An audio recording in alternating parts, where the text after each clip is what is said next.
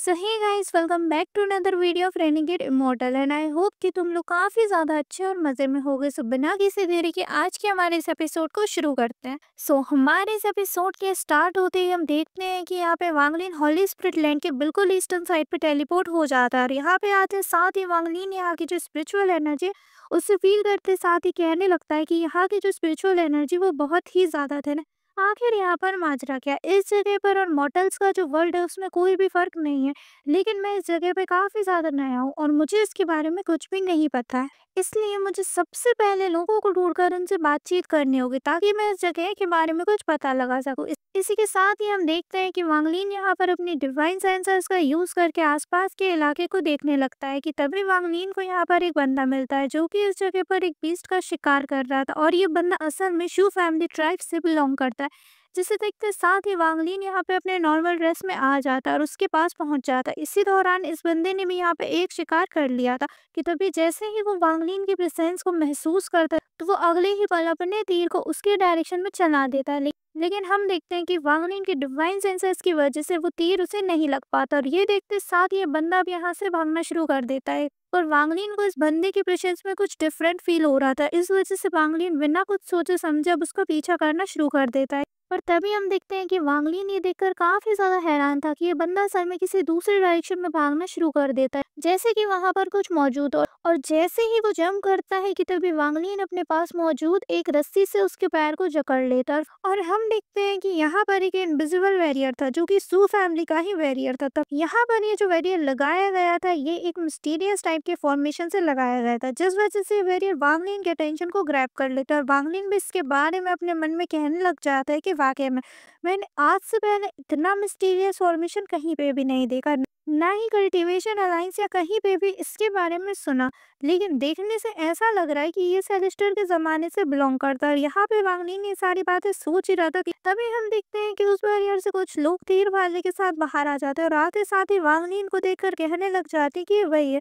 चलो इसे मिलकर दबोच लेते हैं। और ये लोग अपने तीर भाले को वांगलिन की तरफ थ्रो करने लग जाते हैं। लेकिन कुछ ही देर में हम देखते हैं कि वांगलिन इन लोगों को पेड़ से बांधकर लटका देता है और फिर वो उनसे पूछने लगता है कि बताओ आखिर ये कौन सी जगह है और तुम लोग इस जगह के बारे में कितना जानते हो। जिस पर ये बंदा उससे कहने लग जाता है कि तुम चाहे जितनी मर्जी कोशिश कर लो हम तुम्हें अपने बारे में कुछ भी नहीं बताएं और अगर तुम हमें मार भी डालोगे तो हमारे जो क्लैन के एल्डर हैं और युवांग वो तुम्हें नहीं छोड़ेंगे, वो तुम्हें यहाँ पे जिंदा गाड़ के रख देंगे। तभी यहाँ पर हम देखते हैं कि ये सुनते साथ ही वांगलिन अपनी वॉइस को और भी ज्यादा लाउड करता है और चारों डायरेक्शन में फैलाते हुए कहता है कि जो भी इस ट्राइब का एल्डर है या लीडर है या जो भी इसका इंचार्ज है वो अभी मेरे सामने हो, क्योंकि मैं वांगलिन मैंने यहाँ पर तुम्हारे कुछ लोगों को कैप्चर करके रखा है। तभी ये सुनते साथ ही हम देखते हैं कि इनका जो एल्डर होता है वो इमिडिएटली आ जाता है, फिर कहने लगता है कि आखिर तुम्हारी हिम्मत कैसे है हमारे ट्रैक के लोगों को परेशान करने की। मैं अभी भी तुम्हें मौका दे रहा हूँ, भाग जाओ यहाँ से वरना इसका बहुत ही ज्यादा बुरा अंजाम होगा।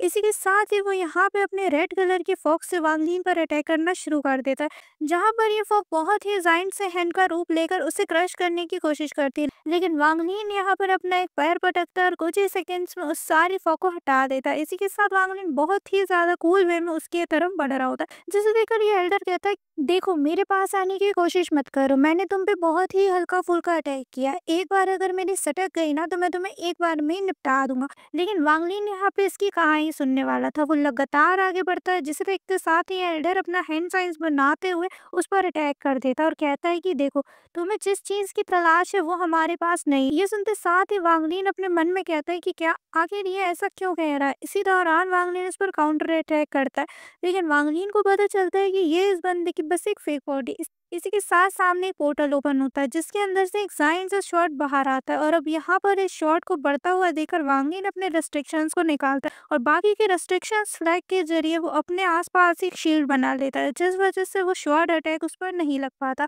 और वांगलिन कहता है कि ये जो अटैक है इससे मुझे कोई भी स्पिरिचुअल पावर नजर नहीं आ रही, ये जो भी टेक्निक का यूज कर रही है जिस भी पावर का यूज कर रही है एंशिएंट गॉड से रिलेटेड। इसी दौरान ये बंदा वापस से वांगलिन पे अटैक करता है, लेकिन वांगलिन सेकंड्स में ही इसके अटैक को रोककर उन सारे शॉट्स को डिस्ट्रॉय कर देता है। फिर कहने लगता है कि इससे कोई भी फर्क नहीं पड़ता है कि इसका ये फॉर्मेशन कितना ज़्यादा पावरफुल है। एट द एंड ये सभी रेस्ट्रिक्शन से बनी हुई हैं और जिन्हें कि मैं बहुत ही ज़्यादा ईजिली तोड़ सकता हूँ। जो कहते हैं साथ ही वांगलिन यहाँ पे उस बैरियर पर अटैक करता है, जिस वजह से उसमें क्रैक बनने लग जाते हैं और यहाँ पर क्रैक बनता हुआ देखकर ये बंदा काफी ज्यादा डर जाता है और फिर कहने लग जाता है कि आखिर तुम ये क्या कर रहे हो, देखो फॉरेनर तुम ऐसा नहीं कर सकते, तुम्हें हमारे फॉर्मेशन को ऐसे कमजोर नहीं करना चाहिए। जिसके बाद वो अपने घुटनों के बल आकर कहने लगता है कि मैं ओ युवांग आपसे माफी मांगता हूँ, प्लीज मुझे माफ कर दो, मैं दोबारा ऐसी गलती नहीं करूंगा, प्लीज ऐसा मत कीजिए वरना मेरा पूरा का पूरा विलेज यहाँ पे तबाह हो जाएगा। तभी यहाँ पे ये सुनते साथ ही वांगलिन रुक जाता है और अपने रेस्ट्रिक्शंस को वापस बुला लेता है। ऐसा करते साथ ही वो यहाँ पे जो 4 लोगों को उसने कैप्चर करके रखा था उन्हें भी आज़ाद कर देता। इसी दौरान वो चारों लोग भी वांगलिन के सामने झुककर माफ़ी मांगने लगते हैं,